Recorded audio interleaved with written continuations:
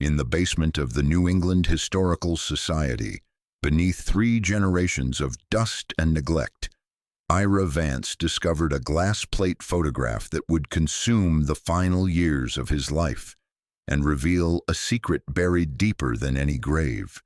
The image showed a Thanksgiving dinner from 1905, and something in those faces wanted desperately to be forgotten. Before we begin, let us know in the comments where you're watching us from, and please subscribe and like this video to support the channel. Now sit back, relax, and enjoy the story.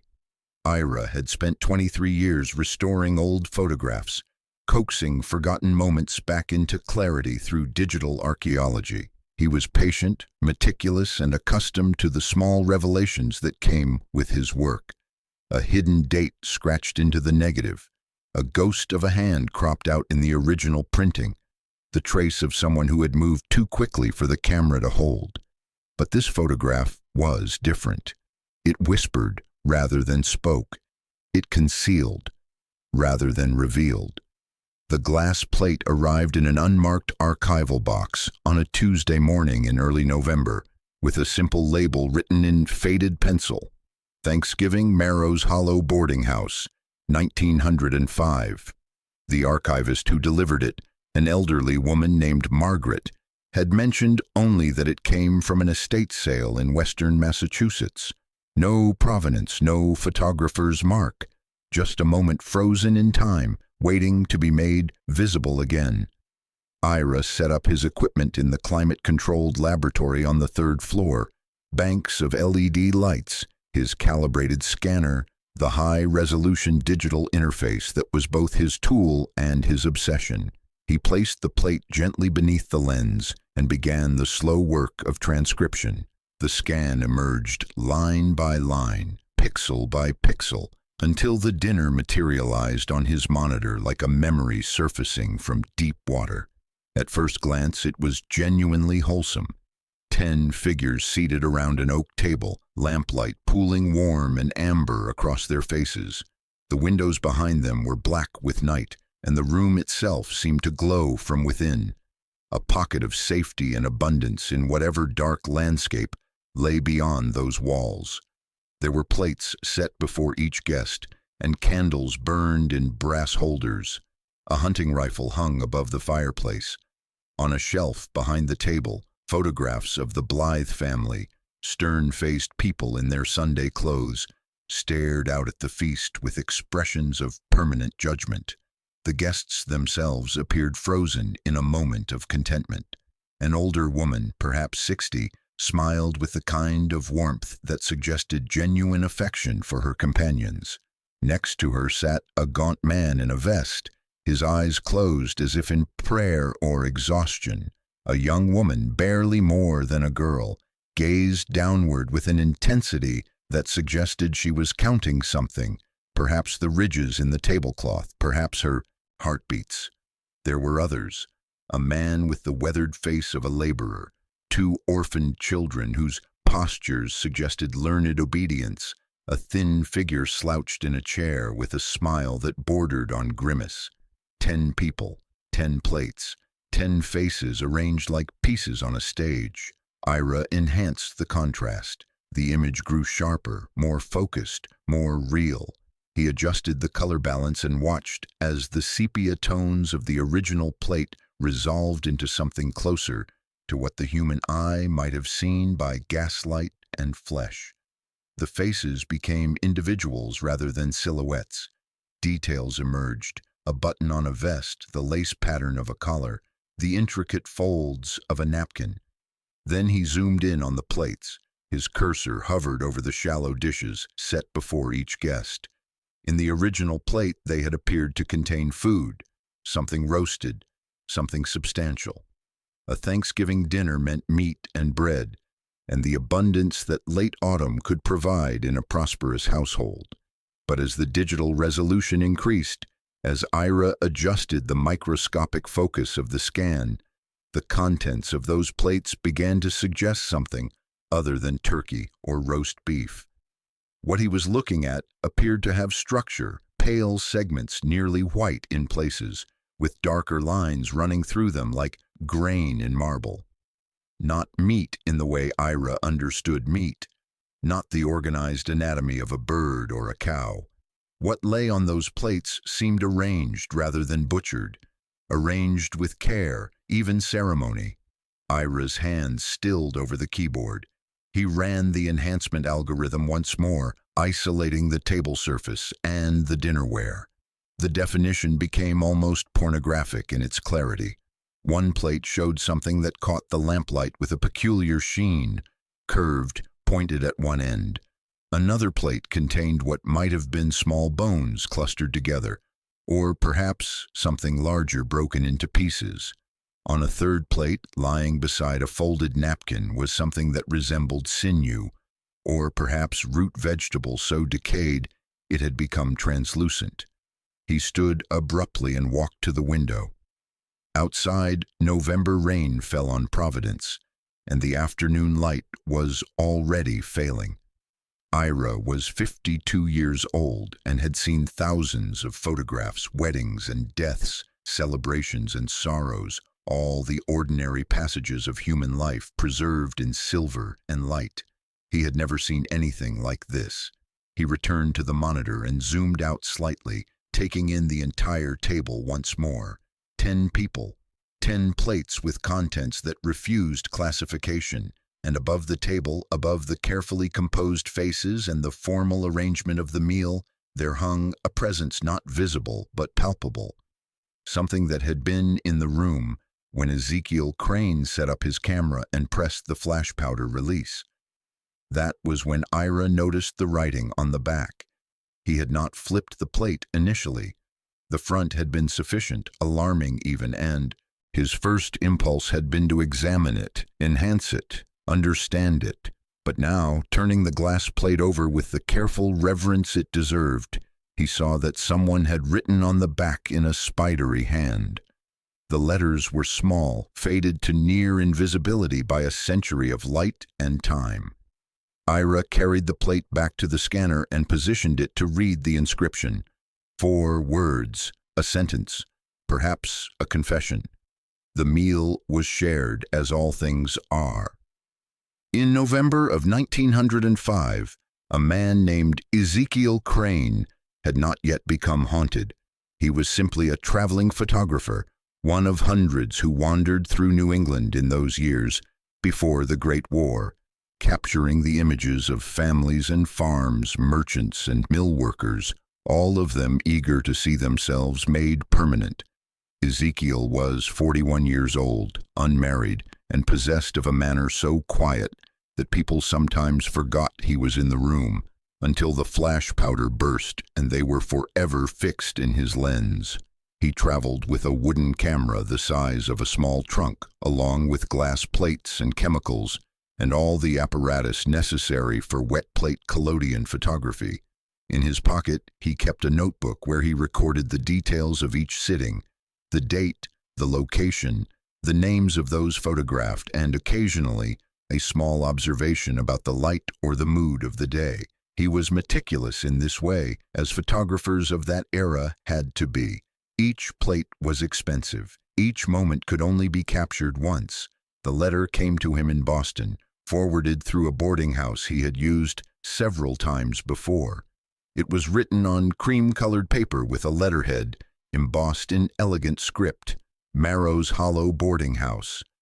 The handwriting was confident and educated, the kind of penmanship that suggested someone accustomed to writing letters and having them taken seriously. The letter was from a woman named Temperance Blythe. She owned the boarding house with her husband, Jonas, and she was planning a Thanksgiving supper, a gathering of the residents and a few guests, a symbol of togetherness after a difficult harvest. She had heard of Ezekiel through a mutual acquaintance and wondered if he might be interested in traveling to western Massachusetts to document the occasion. She was prepared to pay his full rate plus expenses. She was, the letter suggested, a woman accustomed to getting what she wanted. Ezekiel accepted without hesitation. Work was always welcome, and boarding house owners often had money. They were women of property and position, accustomed to managing large households. The journey to Marrow's Hollow would take 3 days by train and then by carriage, but he was used to traveling. He began arranging his schedule and packing his equipment. What he did not know was that he was being summoned to photograph a murder, or many murders, or perhaps an act of such desperation that the line between survival and atrocity had been erased entirely. The train deposited him in a town called Millfield on a gray afternoon. The station was small, with only a handful of passengers disembarking into a landscape that seemed to be contracting in anticipation of winter. The hills were bare except for dark evergreens. The sky hung low and colorless. The few shops visible from the platform appeared shuttered or empty, their windows dark, their storefronts showing the slow decay of a place where money had stopped flowing. A carriage was waiting, driven by a taciturn man who introduced himself only as the Blythe's driver and offered no further conversation for the entire journey. They traveled through increasingly isolated country, away from any town center, following roads that grew narrower and rougher as they descended into a valley that seemed to have turned its back on the modern world. The sun was setting as they arrived at Marrow's Hollow. The boarding house stood alone on a rise, a 2-story structure of white board with blue shutters and a sagging porch. Behind it, the landscape dropped away toward what Ezekiel assumed was a river, though he could hear only wind and the sound of the carriage wheels on gravel. Mrs. Temperance Blythe was waiting on the porch as if she had been standing there all day, watching the road. She was a woman in her 50s with the bearing of someone who had never failed at anything she had attempted. Her face was pleasant, her smile genuine. Ezekiel's first impression was of a woman satisfied with her place in the world and generous enough to want to share that satisfaction with others. She welcomed him with what seemed like authentic warmth, leading him into a house that smelled of cooking meat and lamp oil, and something else, something sweet and coppery that caught in his throat. "You must be exhausted from your travels," she said, her hand light on his arm as she guided him upstairs to his room. "But you'll want to see the dining room before the light fails entirely. We've worked very hard to make it appropriate for the occasion."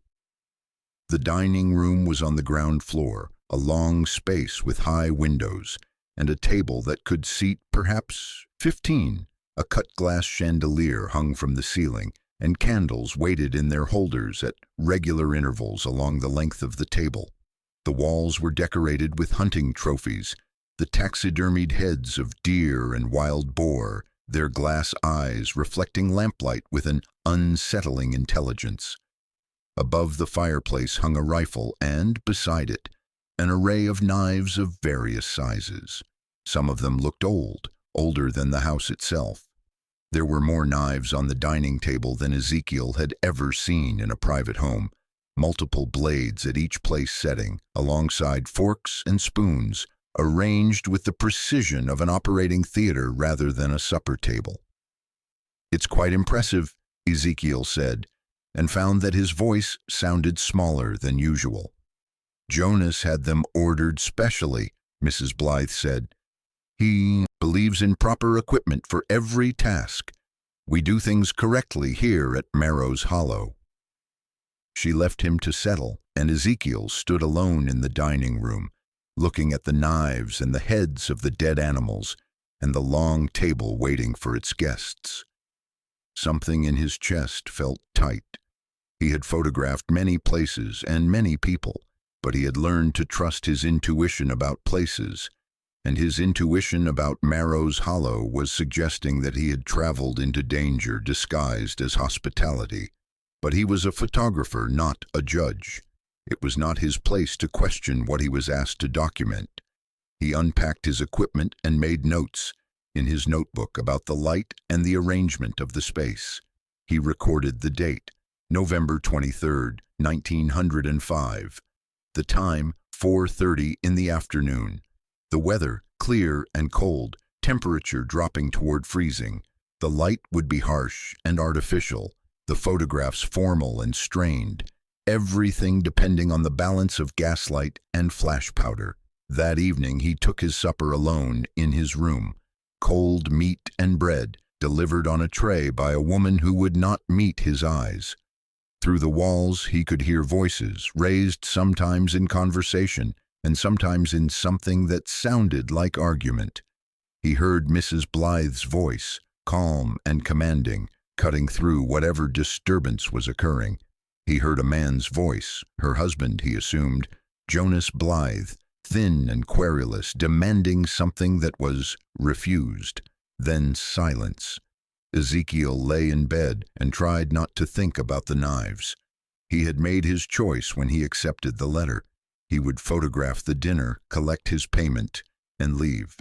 Whatever was happening at Marrow's Hollow was not his concern. But in the darkness he found himself wondering about the butcher's shop in Millfield, that the carriage driver had pointed out, shuttered and dark, with a sign reading "Closed, Proprietor Deceased" hanging above the door.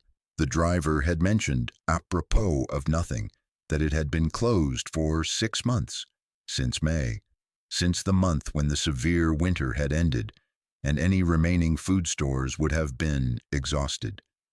Ezekiel did not sleep well. The guests began arriving in the late afternoon of November 23rd. Through the windows of his room on the second floor, Ezekiel watched them arrive. Local people, it seemed, though none appeared particularly prosperous. A woman in her 20s, thin and pale, with dark eyes that seemed to be perpetually afraid of missing something important. An older man with the weathered face of someone who had spent his life out of doors, though his clothes were shabby and his posture suggested a long relationship with disappointment. A thin figure who moved with the jerky, unpredictable movements of someone who had spent too much time with alcohol. An orphan boy of perhaps 10 years and a girl, younger, maybe 7, both of whom looked as if they had forgotten what it meant to feel certain of anything. They were not the kind of people Ezekiel would have expected to gather at a boarding house. They seemed, instead, like people who had been gathered, drawn together by circumstances rather than choice, waiting to see what would happen next. Mrs. Blythe greeted each arrival with that same warm smile, the same generous gestures. She introduced them to Ezekiel and each other with the practiced ease of someone who had done this many times before. "This is Mr. Lemuel Firth, who has been staying with us for nearly 2 months. Such excellent company. And Miss Calla Wynne, our dear seamstress, who does the most beautiful work on linens and curtains. And Reverend Marin Dole, though you may call him simply Marin. He is among friends here." There were introductions to the orphans as well, though no names were given for them. Simply the children, or young Eddie and young Bram. They appeared to live in the boarding house permanently, though Ezekiel could not determine who their legal guardians might be. In the kitchen he caught glimpses of preparation, simmering pots, the smell of roasted meat becoming increasingly prominent. But strangely, he saw no turkey. In all his time observing the preparations, he witnessed no evidence of any large bird being prepared, no butchery, no arrangement of poultry on any surface. Only the cooking smell, rich and complex, suggesting the presence of meat without ever showing its source. By 6 o'clock, the guests were seated. Ezekiel had positioned himself with his camera and tripod at one end of the long table, angling his apparatus to capture all 10 figures in a single frame. He had adjusted the gas lamps to provide the maximum illumination, and he had mixed his flash powder with precise care. Everything depended on the composition, on the timing, on the moment when all of the elements aligned perfectly. He studied his subjects through the camera lens. Mrs. Temperance Blythe at the head of the table, her smile composed and certain. Beside her, a thin man, Jonas Blythe, her husband, who appeared to be smiling, though his eyes suggested he was elsewhere, experiencing something private and possibly disturbing. The young woman, Calla, kept her gaze fixed on her plate, but her hands trembled visibly on the table. The older man, Lemuel Firth, seemed almost defiant in his consumption, eating with the intensity of someone who had learned not to question what was being offered. The Reverend Marrow had bowed his head, and his lips moved silently, a prayer, perhaps, or an incantation of denial. The two children ate with the mechanical efficiency of animals, showing no emotion, registering no surprise or pleasure at the food in front of them. And there, on each plate, the portions of meat that Ezekiel had carefully avoided examining too closely. Not large pieces, not arranged in any recognizable form, but small, precise cuts, placed with almost sculptural intention. The food on each plate was identical, suggesting that Mrs. Blythe had planned this meal with the precision of someone arranging an exhibition. The candlelight caught the surfaces of the meat, creating highlights and shadows that were almost beautiful. In the harsh illumination of the moment, Ezekiel saw something he would not fully understand for many years, that these people gathered at this table were participating in something sacred and profane simultaneously, something that was part celebration and part ritual and part desperate survival mechanism. Through the lens, they appeared almost holy. His finger hovered over the flash powder release. The moment stretched, suspended. Everyone at the table was present and still. The light was perfect. The composition was exact. Then he pressed. The flash powder ignited with a sharp crack and a burst of brilliant white light that turned the entire room into a negative image. Dark where it had been light, light where it had been dark.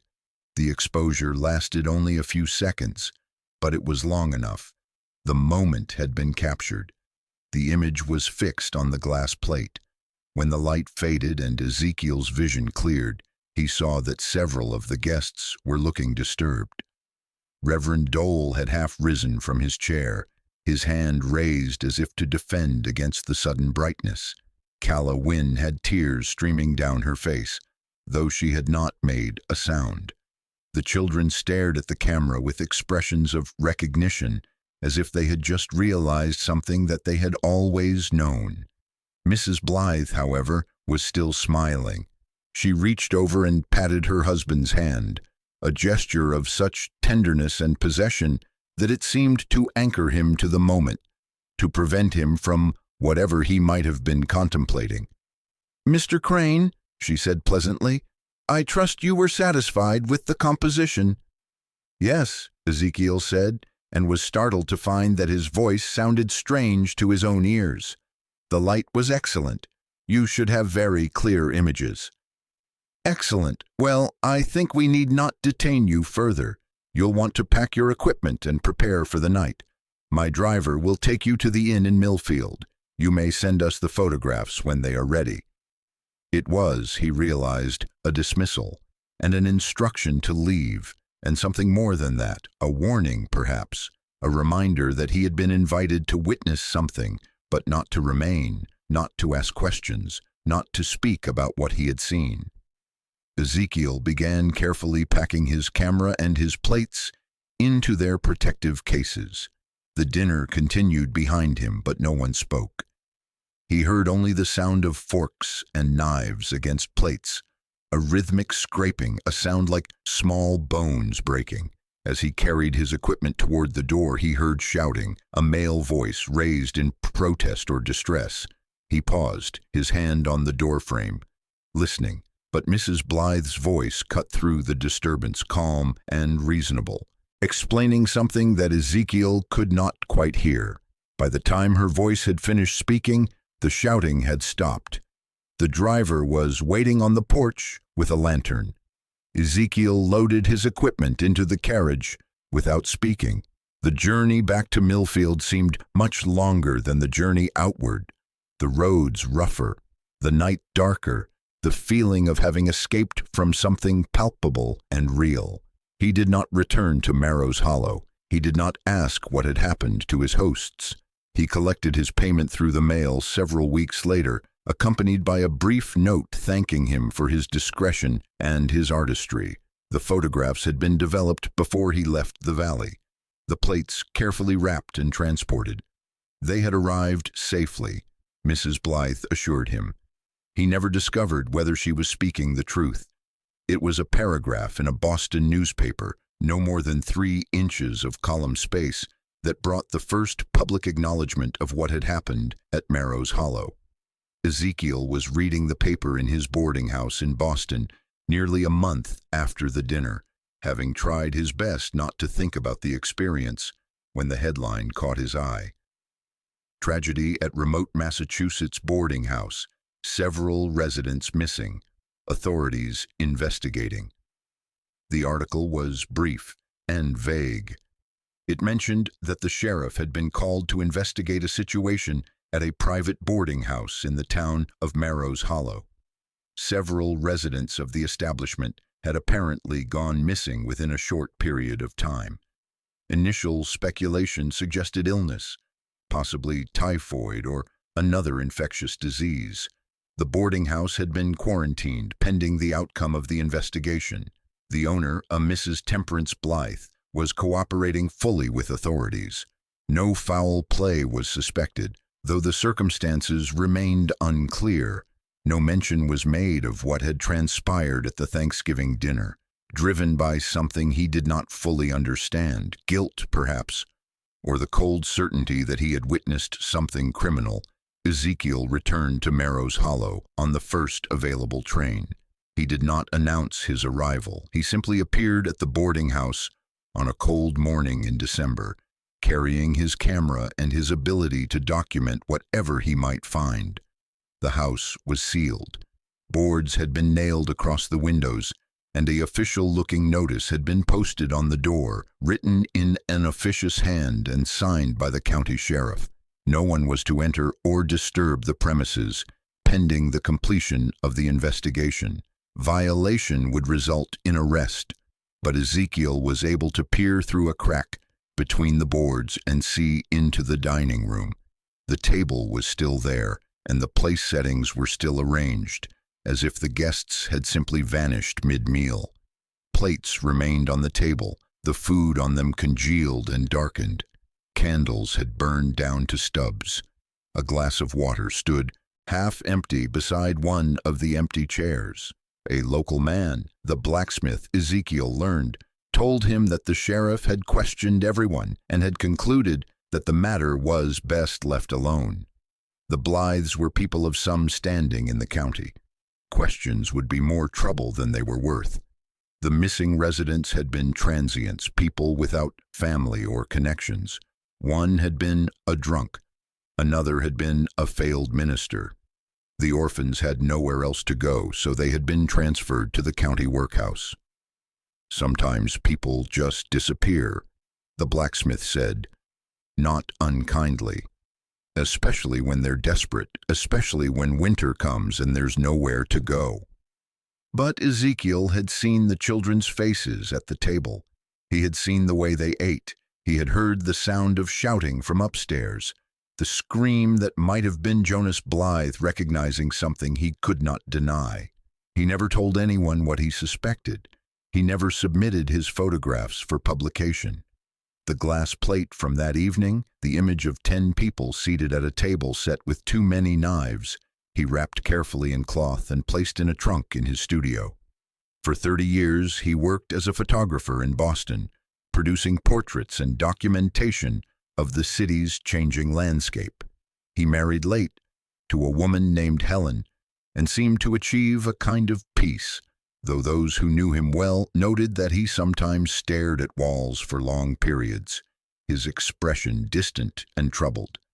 Near the end of his life in 1935, he had begun writing letters that he never sent, confessions to people long dead, explanations to a God he had ceased to believe in, descriptions of the faces at the dinner table and what he suspected might have become of them. These letters were found after his death and preserved, though they were considered the product of a mind that had become detached from reality in its final years. No one, in all that time, had asked about the photographs. No one knew that the glass plate still existed. No one had looked closely enough at the preservation of Marrow's Hollow to wonder whether the emptiness of the house might reflect the emptiness of graves. The boarding house had burned down in 1942, destroyed by a fire of unknown origin. By then, the Depression had come and gone, and the world had learned new horrors, fresher atrocities. Whatever had happened in that remote valley was old news, forgotten history, a mystery too obscure for anyone to bother solving, until Ira Vance found the plate and began the work of restoration. The local historical society occupied a small brick building adjacent to the church in Millfield, staffed 3 days a week by volunteers and rarely visited by anyone with genuine research intentions. Ira had found its address in a footnote in an old book about New England photography, and he had driven the 3 hours from Providence on a gray afternoon, carrying the photograph in a protective case and carrying also the strange urgency that had begun to consume his waking thoughts. The woman behind the desk, small, elderly, with the particular enthusiasm of people who dedicate their lives to preserving what others have forgotten, introduced herself as Judith Finch. She had been the Historical Society's curator for 43 years. The photograph, Ira said once he had explained his project. It came from an estate sale, possibly local. I'm trying to trace its provenance. It was taken at Marrow's Hollow boarding house in 1905. Judith's face changed. Something flickered behind her eyes, recognition or fear, or the sudden clarity of a long-held suspicion, finally receiving external confirmation. "How much do you know?" she asked quietly. "I know what I can see in the image, not much else. I know the house burned down. I know people disappeared. I found a photographer's confession, sort of, in some old letters, but I don't know what actually happened." Judith nodded slowly. She rose from her desk and led him into the back room, a narrow space lined with filing cabinets and storage boxes. She went directly to a locked cabinet and removed a leather-bound ledger, its pages yellowed and brittle with age. "This is the tenant register from Marrow's Hollow," she said. "It was recovered after the fire, though I've never shown it to anyone. My grandfather was the sheriff at the time, and he gave me explicit instructions never to make this public. He wanted to protect the Blythe family name, I think. Or perhaps he was afraid. He died, troubled, in any case, and one of his final requests was that I preserve this record but tell no one what it contained." She opened the ledger carefully, as if handling something that might shatter at an incautious touch. The pages showed careful entries, names, dates of arrival, amounts paid, dates of departure. Everything was meticulously recorded in neat handwriting, organized by month and year. But the final entries were different. After November of 1905, most of the names had been crossed out with heavy red ink. Beside each crossed-out name, a single word had been written: consumed. Judith turned the pages slowly, showing Ira the history of the boarding house. There were dozens of names stretching back to 1895. Some had stayed only briefly, others for months or years. But the later entries showed a pattern: people arriving, staying for a short time, and then disappearing, followed by the notation "consumed" in that same red ink. "I had a handwriting expert examine this," Judith said. "The red ink entries were all made by the same person, Mrs. Temperance Blythe, almost certainly, though I never had it officially confirmed. The dates suggest that what happened at the dinner in 1905 was not an isolated incident, but the culmination of something that had been happening for years." Ira felt a chill move through him. "How many?" "I counted 37 names with the red marking, but these are only the ones recorded in the ledger. How many others might have passed through that house unrecorded? How many transients or drifters or desperate people who had no one to report them missing?" She led him to another box, one containing faded letters and documents. Ira began reading, his eyes moving across century-old handwriting, piecing together a narrative of desperation and rationalization, and a descent into something that defied comprehension.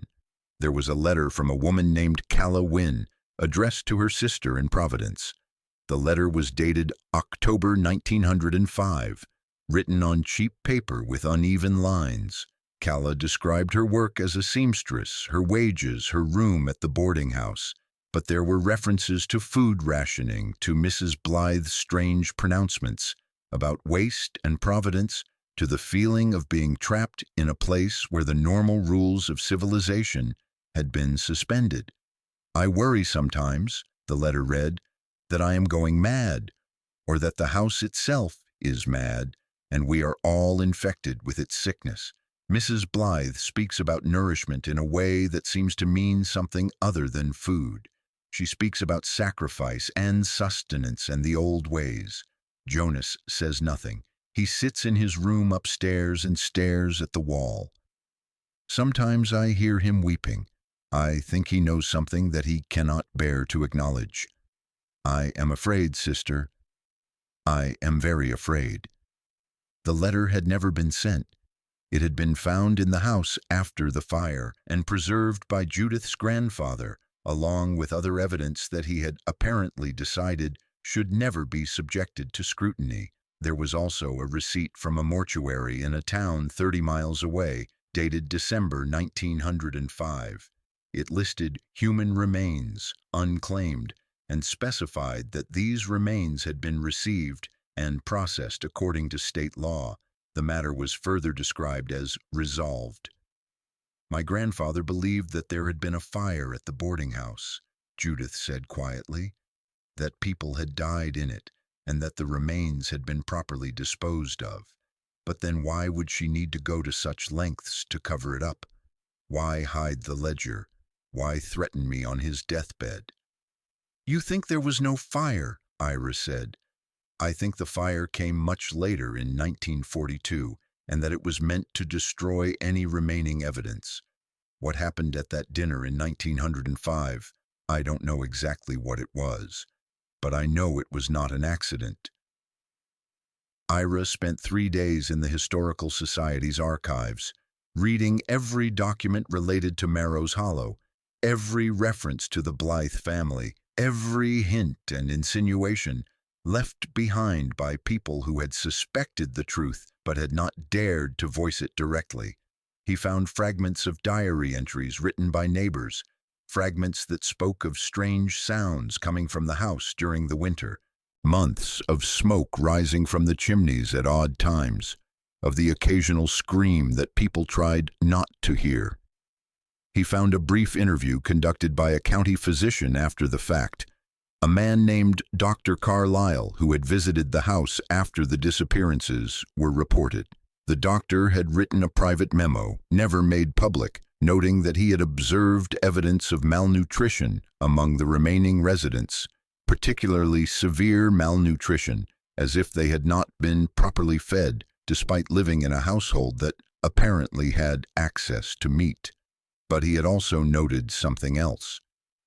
The remains of what appeared to be human anatomy were observed in a sealed area beneath the house, the memo read. When questioned about these remains, Mrs. Blythe claimed that they were part of her husband's collection.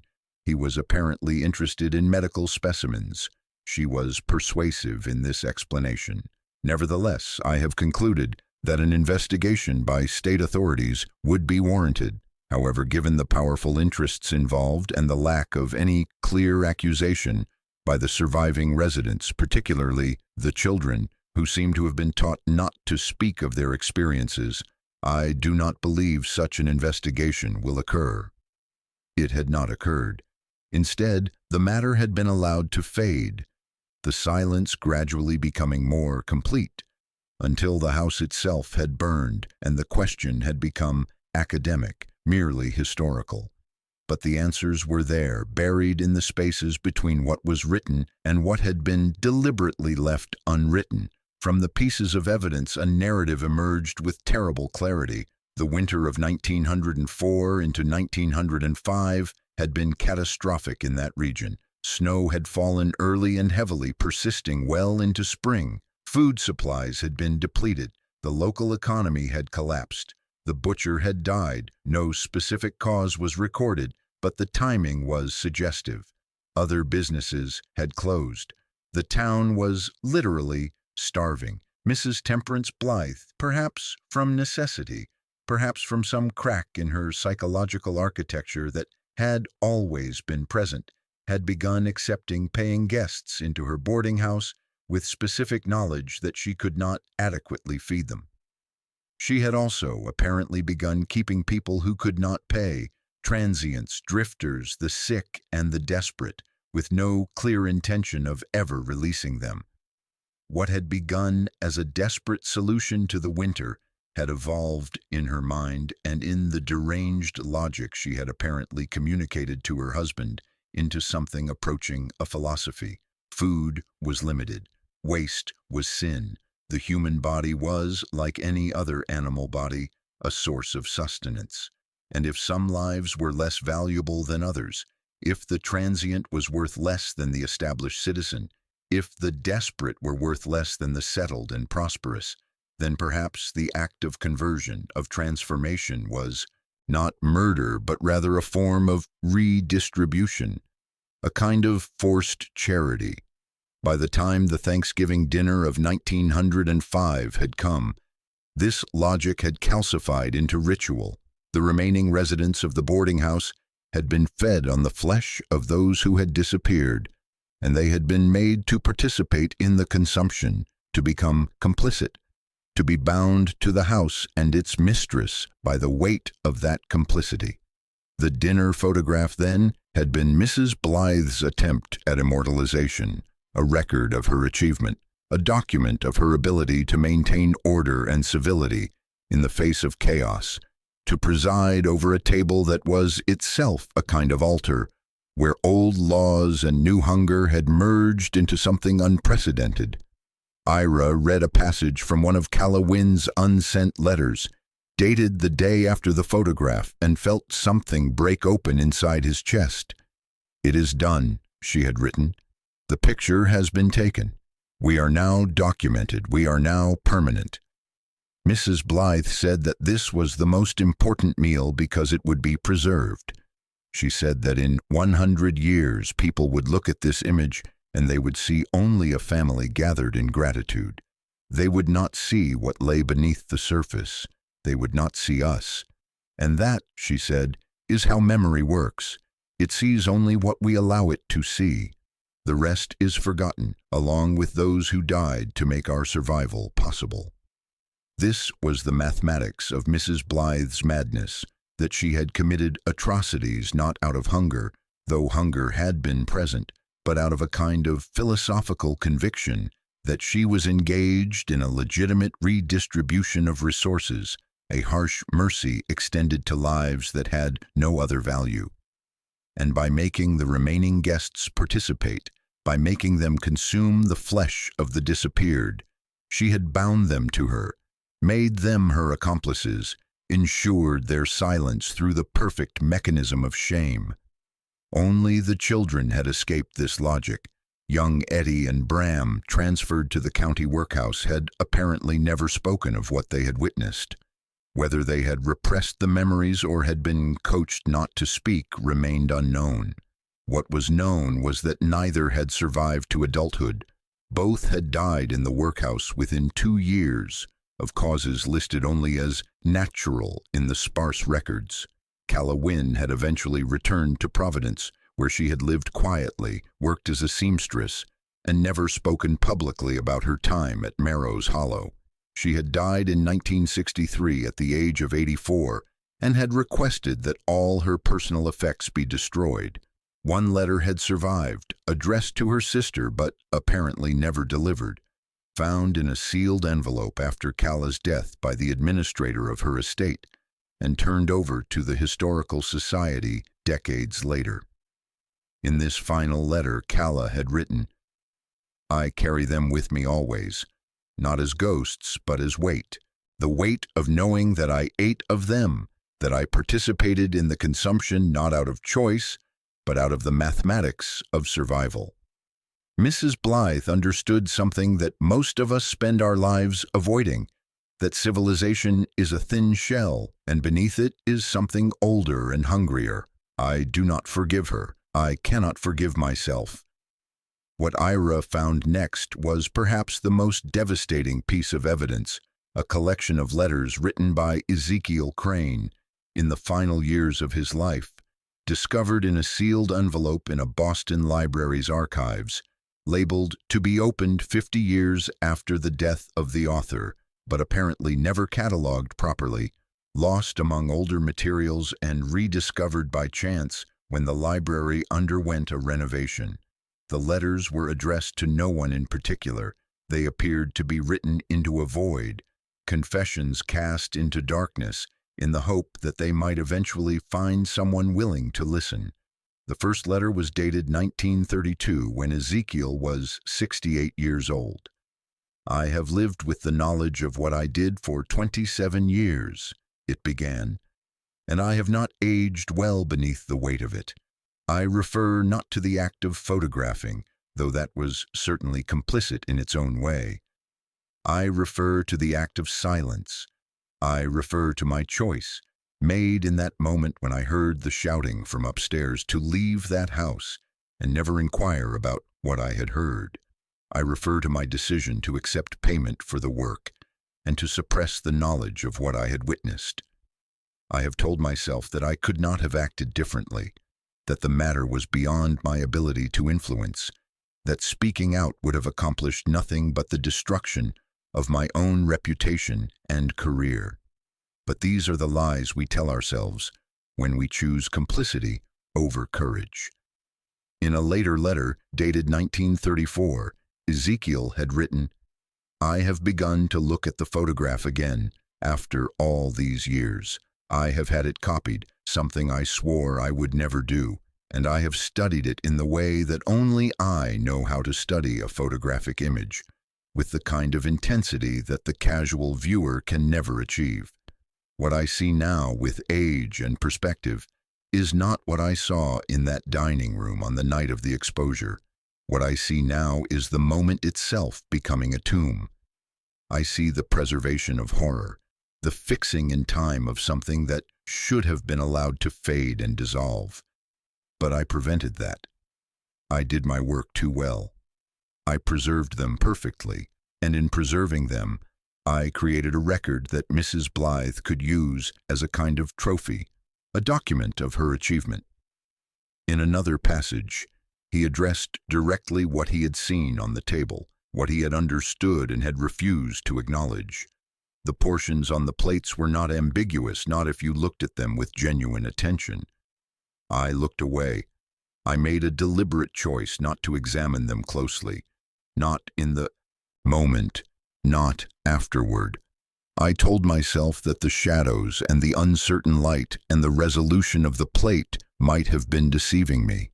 I told myself that people do not do such things in 19th century New England. I told myself that I was a photographer, not a detective, and that it was not my place to draw conclusions. But conclusions force themselves upon us whether we welcome them or not. I knew what I had seen. I chose not to know it. The most haunting passage came near the end of the final letter, written in the months before Ezekiel's death in 1935. "I have spent my entire career attempting to capture light and fix it in a permanent form. I have tried to preserve moments of human experience so that they might transcend time and be available to future generations. But what does it mean to preserve something that should not have been preserved? What does it mean to create a permanent record of atrocity? I fixed the image of that dinner on a glass plate, and in doing so I created something that should never have existed. There is no innocence in the camera. There is only complicity, distance, and the terrible power to choose what will be remembered and what will be forgotten. I chose to create a memory of horror, and I have been haunted by that choice for almost 3 decades." The letter ended with a final plea, directed toward an unknown future reader. Burn the plate if you find it. Do not restore it. Do not attempt to recover what time has mercifully obscured. Some things should remain dark. But Ira had not burned the plate.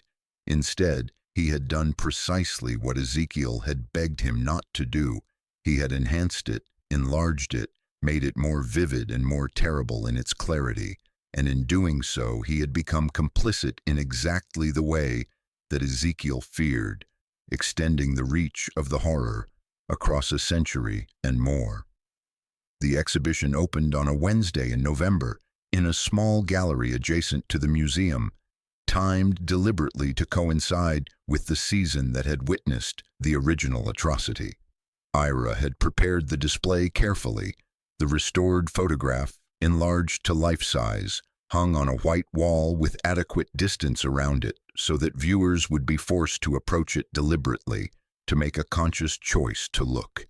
Beside it were the documents, Kala's letters, Ezekiel's confessions, the ledger with its cruel notations, the mortuary receipt, the physician's memo. There was historical context provided, carefully researched and compassionately presented, explaining the famine of that winter, the psychology of desperation, the particular vulnerability of people who had no family connections and no fixed place in society.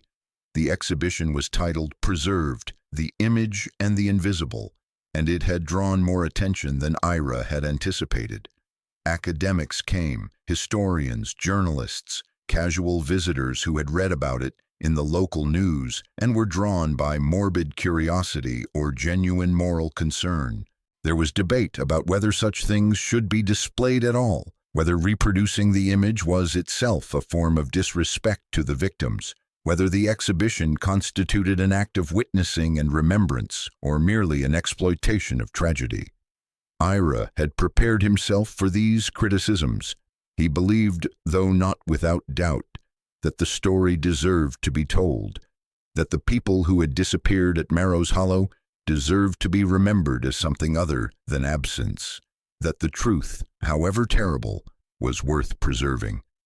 But nothing had prepared him for the elderly woman who approached him on the fourth day of the exhibition and introduced herself as Margaret Wynne, descendant of Calla Wynne, bearing within her family's oral history fragments of knowledge that had been passed down across generations in whispered conversations and private grief.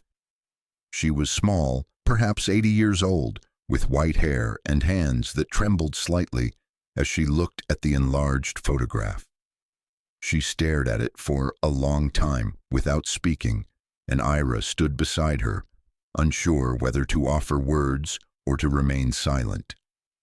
Finally, she turned to him. Her eyes were wet. "My great-aunt Calla," she said quietly. "I knew her, you see, toward the end of her life. She lived with us for the last 5 years before she died.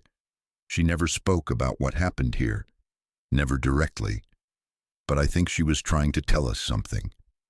She would sometimes speak about remembering things that she wished she could forget, or forgetting things that she wished she could remember. I never understood what she meant." "She suffered," Ira said carefully. "Whatever she experienced at Marrow's Hollow, it left scars." "Yes," Margaret said, "but that's not quite right either. I think what she meant was that she was caught between two ways of remembering. She couldn't remember the people who died. She didn't know their names, probably. She didn't know their stories, but she carried the weight of having been complicit in their erasure. And when she tried to forget, which I think she tried very hard to do, she was still left with the guilt of forgetting. She was caught in the middle. She couldn't honor the dead because they had been made invisible, but she couldn't forget them either because their invisibility was the source of her pain." Ira listened to this and felt something shift in his understanding of the entire project.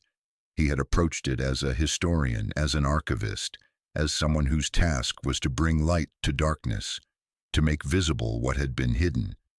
But Margaret was describing something more complicated, a trap of memory itself, where the act of remembering could become its own form of suffering, especially when what was being remembered was the condition of not being remembered, of having been erased. "I came here," Margaret continued, "because I wanted to see if you had found a way to remember them in a way that honors what they were, before they became food, before they became part of Mrs. Blythe's madness. Did you?" It was a question Ira could not fully answer. He had preserved the record. He had made the invisible visible. But in doing so, he had also created a monument to atrocity, and he was genuinely uncertain whether that monument served the dead or merely served the contemporary need to be shocked, to be disturbed, to feel the frisson of encountering authentic horror. "I tried," he said.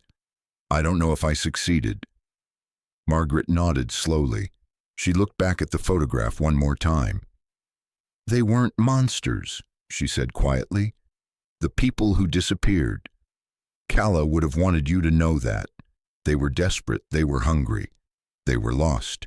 Some of them were probably grateful for shelter, for a meal, for the possibility of rest, and they were consumed not because they were inherently less valuable than anyone else, but because they had no one to miss them, no one to file a report, no one to insist that their lives had mattered." She turned to leave, and then paused. "My great-aunt Calla," she said. "She made me promise, before she died, that I would remember them. Not as victims exactly, but as people who existed, who lived, who were here. I don't know their names, and I will never know them, but I remember that they were here. And that's something." After the exhibition closed, after the photographs had been carefully stored and the documents returned to their archival containers, Ira found himself returning to the image again and again, unable to let it go. He began a final project, a detailed analysis of the photograph enhanced to maximum clarity, annotated with everything that was known about each of the 10 figures seated at the table. The woman identified as Calla Wynne survived until 1963, lived in quiet obscurity, carried the weight of knowledge and complicity across 58 years of life. Reverend Marin Dole, found dead of alcohol poisoning 3 years after the dinner, his body discovered in a boarding house in Providence. No suicide note, but the circumstances suggested deliberate intent. Lemuel Firth disappeared entirely from the record after 1906. No further mention in any document, possibly emigrated, possibly dead, possibly still carrying the secret of Marrow's Hollow into an unmarked grave. The children, Eddie and Bram, dead before adulthood, their records sparse and incomplete. But Margaret Wynne's oral history suggested that both had been haunted by nightmares, had refused to eat for weeks after arriving at the workhouse, had faded gradually as if the living world could not quite hold them after what they had witnessed. And the people on the plates, the ones whose names would never be known with certainty, whose faces would never be attached to identities, whose existence was recorded only in the ledger with that single red word, consumed. Ira's final act was to return the original glass plate to a climate-controlled vault in the Historical Society in Millfield, with instructions that it should be preserved but not displayed, that it should remain available for research but not be used for publication or public display without explicit permission from descendants of the victims, permission that could never be granted because the descendants did not exist, because the victims had been severed from all lineage.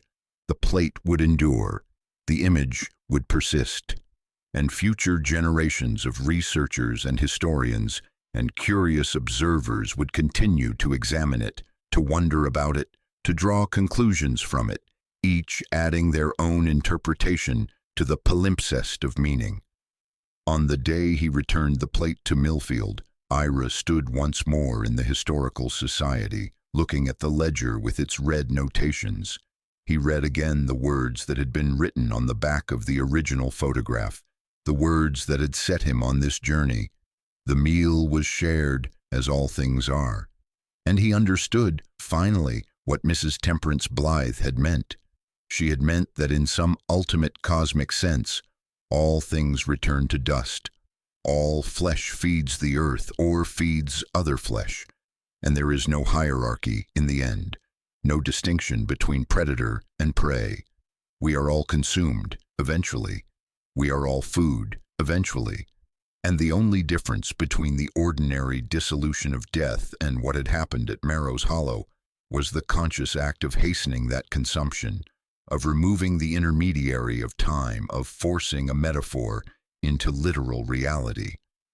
But there was another way to read those words, Ira realized. The meal was shared as all things are. Perhaps it meant that we are all connected, that we consume each other constantly, through commerce, through social structure, through the ordinary operations of power and privilege. The only difference at Marrow's Hollow was that the metaphor had become visible. The consumption had been made physical. The hidden mechanisms of civilization had been exposed. This thought did not comfort Ira. If anything, it deepened his understanding of the horror, because it suggested that what Mrs. Blythe had done was not an aberration, but rather a kind of amplification. She had taken the quiet cannibalism of ordinary society and made it literal. She had removed the veil.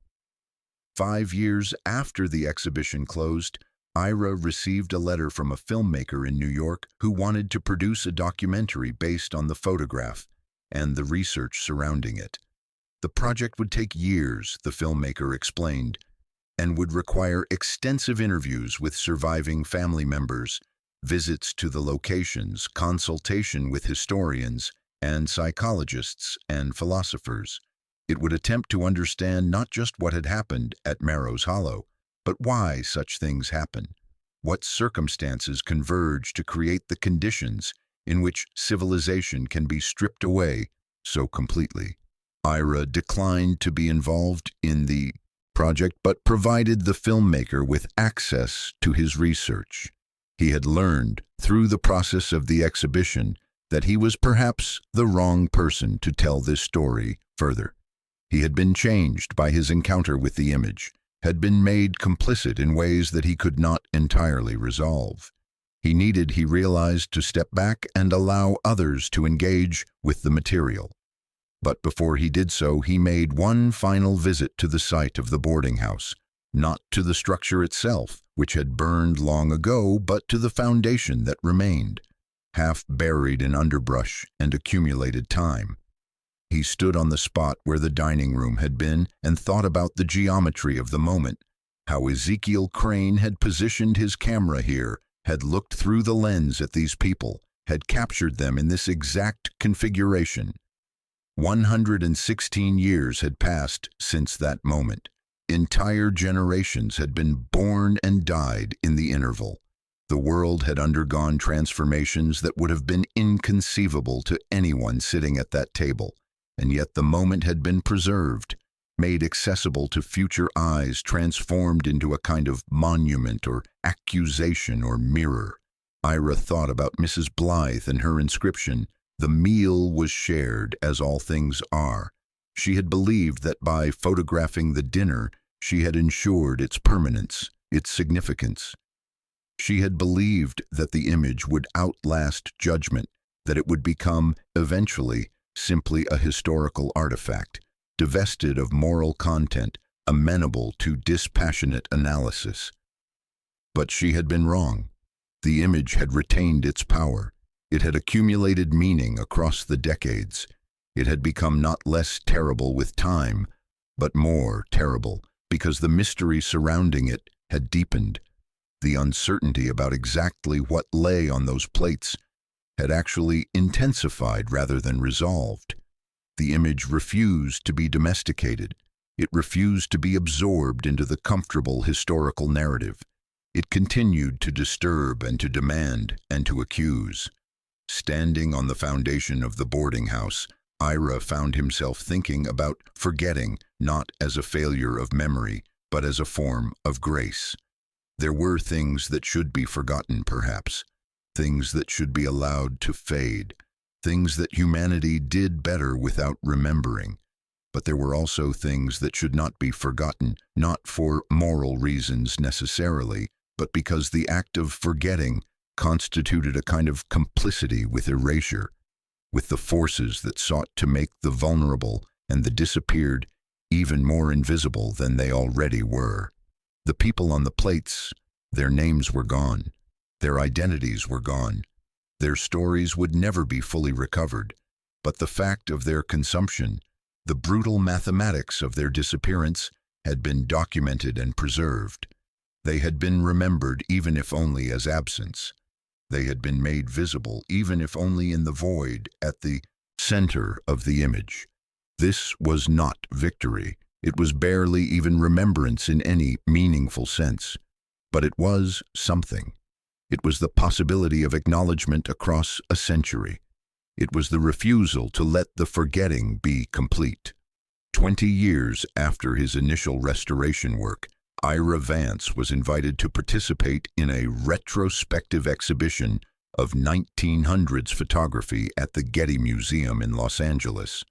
The exhibition would feature 100 photographs from the era, selected to represent the technical and artistic achievements of early American photographers. Included in the selection was the Marrow's hollow Thanksgiving photograph, not as a historical document this time, but as a work of art, to be examined alongside other photographs for its compositional achievement and its mastery of light and shadow. Ira attended the exhibition opening, now in his 70s, still working though more slowly, still haunted though more peacefully. He stood before his restored image in the gallery, and he saw something he had not noticed before. Or perhaps it was something that had always been there, and only now, with age and distance, and the accumulation of years of study, could he perceive it. The faces at the table were not the faces of people engaged in an atrocity. They were not the faces of monsters or demons. They were the faces of people enduring something that had already happened to them, something from which they could not escape. Their expressions were not defiant or triumphant or mad. They were resigned. They were complicit not by choice, but by circumstance. They were eating food that they knew or suspected was human, and they were doing so because the alternative was to refuse, which would be to separate themselves from the group, to become isolated to ensure their own destruction. Mrs. Blythe had understood this, Ira realized. That was why she had insisted on the photograph. It was not a record of achievement. It was a record of the power of circumstance to reduce human beings to their basest survival mechanisms. It was a document of how quickly civilization could fall away when the structure that supported it, food, safety, connection to the larger world, was removed.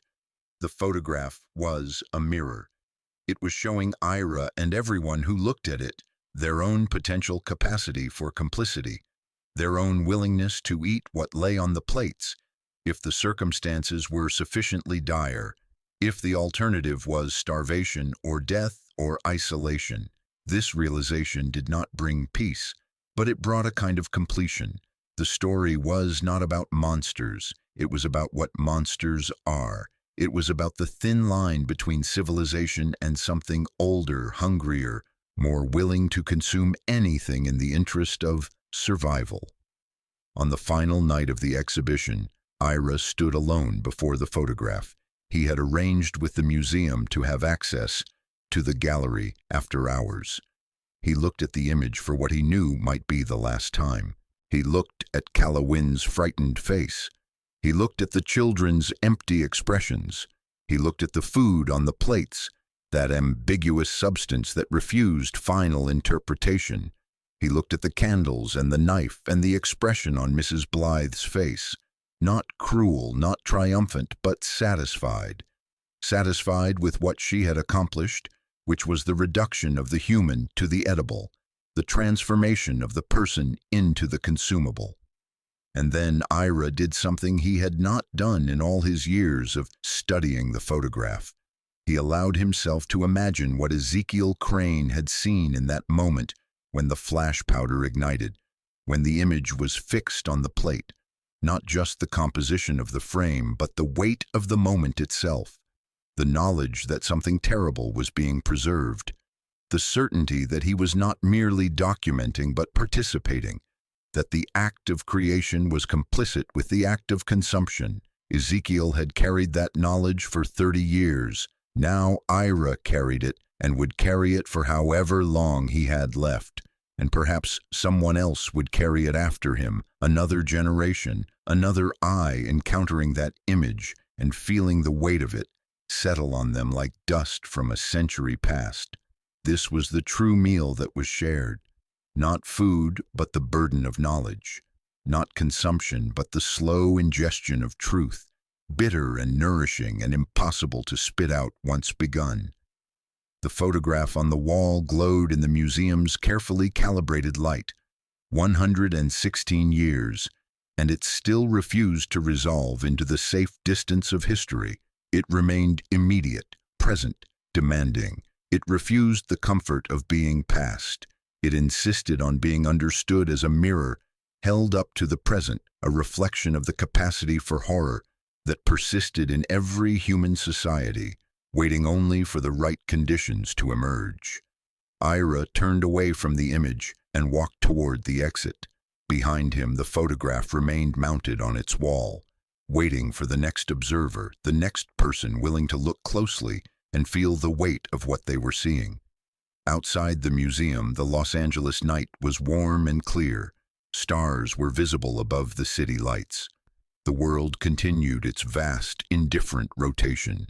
People lived and died and were forgotten or remembered, and the machinery of civilization ground on, always on the edge of consuming something, always on the edge of being revealed, as the thin veil over something ancient and hungry. Ira understood now what Ezekiel Crane had meant in his final letter. There was no innocence in the camera. There was only the choice to look or to look away, to bear witness or to allow the erasure.